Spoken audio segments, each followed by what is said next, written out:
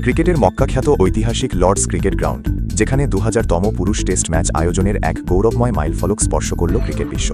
কিন্তু এই স্মরণীয় উদযাপনের ম্যাচটি ক্রিকেট ইতিহাসে জায়গা করে নিল এক চরম অনাকাঙ্ক্ষিত রেকর্ডের পাতায়। নিউজিল্যান্ডকে ১১৫ রানে হারিয়ে ২০২৬ সালের হোম সামার দারুণভাবে শুরু করল ইংল্যান্ড।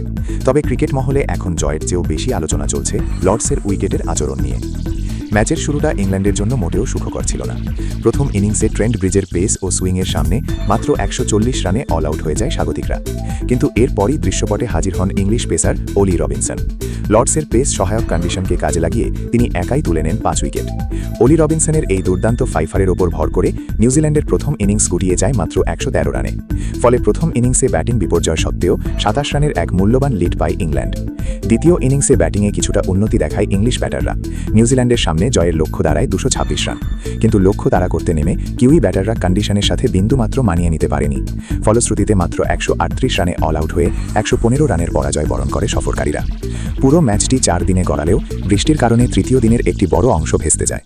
তা সত্ত্বেও মাত্র ১৬৭ ওভার বল হতেই শেষ হয়ে যায় পুরো ম্যাচটি, যা লর্ডসের দীর্ঘ ইতিহাসের দ্বিতীয় সংক্ষিপ্ততম টেস্ট ম্যাচ হিসেবে রেকর্ড বইয়ে নাম লিখিয়েছে।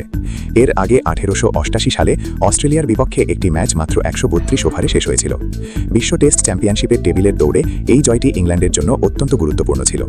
লর্ডসের এই ঐতিহাসিক ও দ্রুততম টেস্ট ম্যাচটি নিয়ে আপনার মূল্যবান মতামত কমেন্ট করে আমাদের জানান। ভিডিওটি ভালো লাগলে লাইক ও শেয়ার করুন এবং ক্রিকেটের এমন সব রোমাঞ্চকর আপডেট সবার আগে পেতে আমাদের পেজটি ফলো ও চ্যানেলটি সাবস্ক্রাইব করে পাশেই থাকুন। ধন্যবাদ।